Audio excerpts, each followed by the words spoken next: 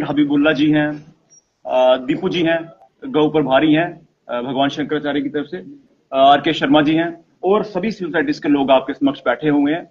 हमारा यहाँ पर आज प्रेस कॉन्फ्रेंस का जो माध्यम है, जो मकसद है, वो यही है कि जम्मू अब कश्मीर द्वारा जो प्रताड़ना हमें 1947 से लेकर अब तक दी गई है, जिसमें हमारे हकूकों को हमेशा दबाया गया, सेकंड ऑर्डर स्टेटस में जम्मू को रखा गया, उस संदर्भ में आज प्रेस कॉन्फ्रेंस हो रही है। और आज हम सीधा ऐलान हमारे यशस्वी प्रधानमंत्री नरेंद्र मोदी जी से कर रहे हैं कि जम्मू को अलग राज्य का दर्जा दिया जाए।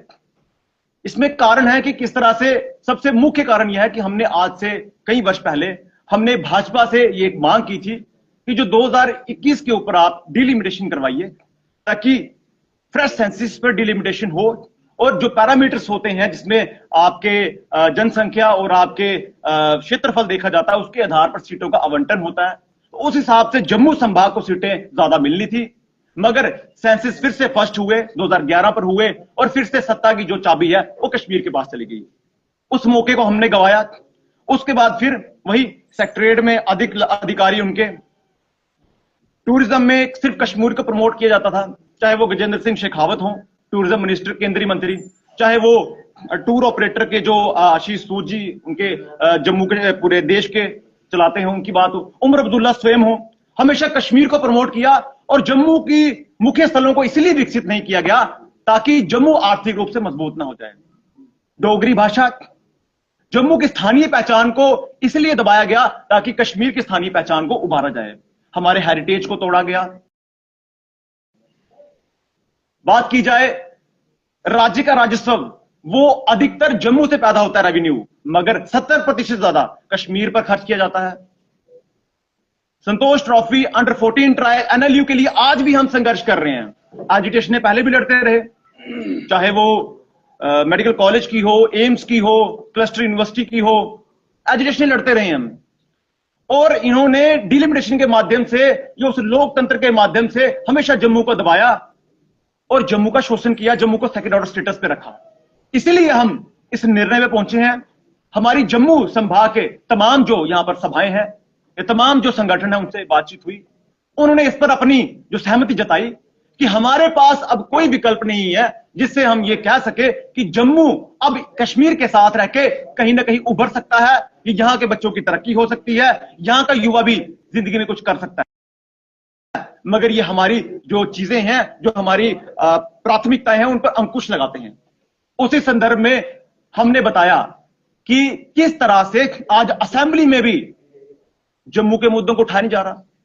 एनएलयू के लिए जो आज मांग असेंबली में उठाई जा रही है, अगर एक बार सेपरेट जम्मू स्टेट की मांग अगर असेंबली में उठाई जाएगी, ये मुद्दा हमारा अगर कामयाब होता है, एनएलयू हो, उसके अलावा कोई और यूनिवर्सिटी हो, हमारे रोजगार की बात हो, टूरिज्म की बात हो, ये सभी मसले एक उस चीज से हल हो जाएंगे।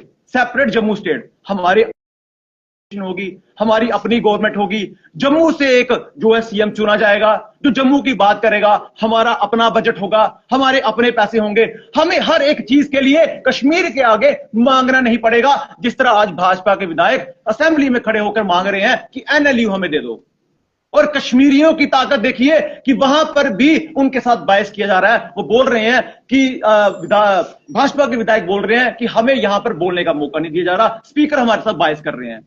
तो यहां पर जो है डिस्क्रिमिनेशन की पराकाष्ठा पार हो चुकी है कि किस हद तक वो आपके साथ डिस्क्रिमिनेशन कर रहे हैं। तो हमारे पास एक ही इलाज है कि जम्मू को अलग किया जाए। राष्ट्रवादी देश विरोधियों के साथ किसी भी समय, किसी भी एक पल भी अब और नहीं रह सकते, जो हमारे अधिकारों पर डाका डाल रहे हैं। इसलिए हम हमारी जम्मू संभाग की जनता से, 10 के 10 जिलों से, वहां के बुजुर्गों से, युवकों से, महिलाओं से कर रहे हैं कि अपने हकों के लिए बाहर निकलिए। इस सेपरेट जम्मू स्टेट की लड़ाई में हमारे साथ कंधे से कंधा, कदम से कदम मिलाकर चलिए। इस मुहिम को एक जन आंदोलन बनाइए, ये जन जन का आंदोलन बनना चाहिए। हमारे युवाओं का भविष्य, इस जम्मू संभाग का भविष्य तभी ठीक हो पाएगा, तभी हम उसको प्रोटेक्ट कर सकते हैं जब जम्मू संभाग अपने फैसले खुद लेगा। वो तभी ले सकेगा जब हमारी यहां पर सरकार होगी। इसलिए इस मुहिम में हमारी बाजू बनिए। और हमने एक यहां पर एक आज संकल्प भी लिया है कि जब तक जम्मू अलग राज्य नहीं होता तब तक हम चुप नहीं बैठेंगे। शुपियान का एमएलए है, उसने बोला हम ग्रेटर कश्मीर चाहते हैं। उसका मतलब ये है कि ग्रेटर कश्मीर समझते हैं, वो कहता पीर पंचाल और जो डोडा कश्तवाड़ है उसको हमारे साथ मिलाइए और जम्मू को 2.5 जिले रखिए। इस पर क्या कहना चाहते हैं? देखिए, मैं आपसे कहना चाहूंगा, ये वही मानसिकता है जो जिन्ना की 2 नेशन थ्योरी है, जिस पर जम्मू को लांछन लगाया जा रहा था। और जम्मू की बात करें तो जम्मू राष्ट्रवादी समाज है जिन्होंने देश के लिए कुर्बानियां दी हैं। और ये लोग जो 2 नेशन थ्योरी फॉलो कर रहे हैं, इनका भी वही हाल होगा। अगर इनको 2 नेशन थ्योरी फॉलो ही करनी है, खुद ही पाकिस्तान चले जाएं, महबूब मुफ्ती चले जाएं, उमर अब्दुल्ला चले जाएं, फारूक अब्दुल्ला चले जाएं, जो भी इनके जितने भी साथ में एमएलए हैं सारे चले जाए पाकिस्तान में और 2 नेशन थ्योरी फॉलो कर लें। जब तक जम्मू संभाग, यहां का पुंछ, राजौरी, डोडा, भद्रवाह, किश्तवाड़, हम कभी भी ग्रेटर कश्मीर फार्मूला का पूरा नहीं होने देंगे। और ये राष्ट्रवादी समाज है जो इनके नाकों चने दबवा देगा। ये गलत फहमी में है। डिप्टी सीएम कल भी उसने बोला कैसे जम्मू में लोग उठने सवेरे से एलएलयू बोलते चले जा रहे हैं। डिप्टी सीएम जम्मू के इस वक्त सबसे बड़े जयचंद हैं। अगर कोई जयचंद की टॉप लिस्ट अगर आप निकालेंगे, सबसे बड़े जयचंद सुरेंद्र चौधरी हैं, जिन्हें अपनी कुर्सी की गरिमा का डिस्क्रिमिनेशन के स्पेलिंग आप पूछ रहे थे, पेपर पूरी एक लिस्ट मैं और आप पढ़ लेते हैं। मैं आपके आधे समय में पढ़ूंगा, आप मेरे आधे समय के बाद भी नहीं पढ़ पाएंगे। आप क्या हमें चैलेंज कर रहे हैं? जम्मू के लोगों को, डोगरों को आप हमें बंदर कह रहे हैं?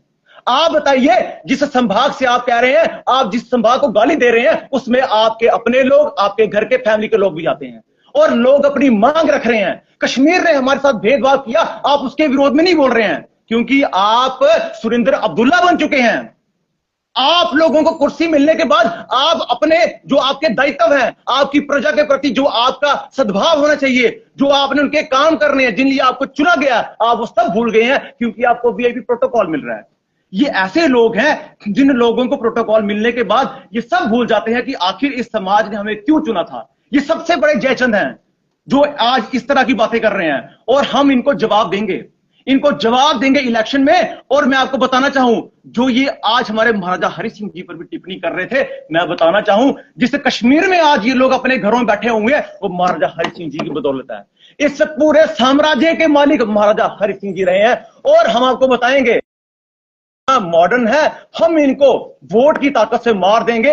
इनकी जड़ें नहीं हिला दी और इनकी कुर्सी को तोड़ कर नहीं रख दिया और इनको कुर्सी से नीचे ना फेंक दिया उमर अब्दुल्ला सरकार को, तो हमारा नाम भी फिर जम्मू वाले नहीं। इनका समय आ गया है कि अब इनकी कुर्सी से इनको नीचे गिराना पड़ेगा, क्योंकि यहां पर हर एक चीज का एक समय होता है, हर एक चीज का एक अंत होता है। ये उसको पार कर चुके हैं, इनका समय अब खत्म होने वाला है। इन्होंने जितना यहां पर अपना लुफ्त उठाना था लोगों के रिसोर्सेज का, टैक्स का, जम्मू का, वो सब अब खत्म होगा। अब ये इन्हें इनकी औकात दिखाई जाएगी।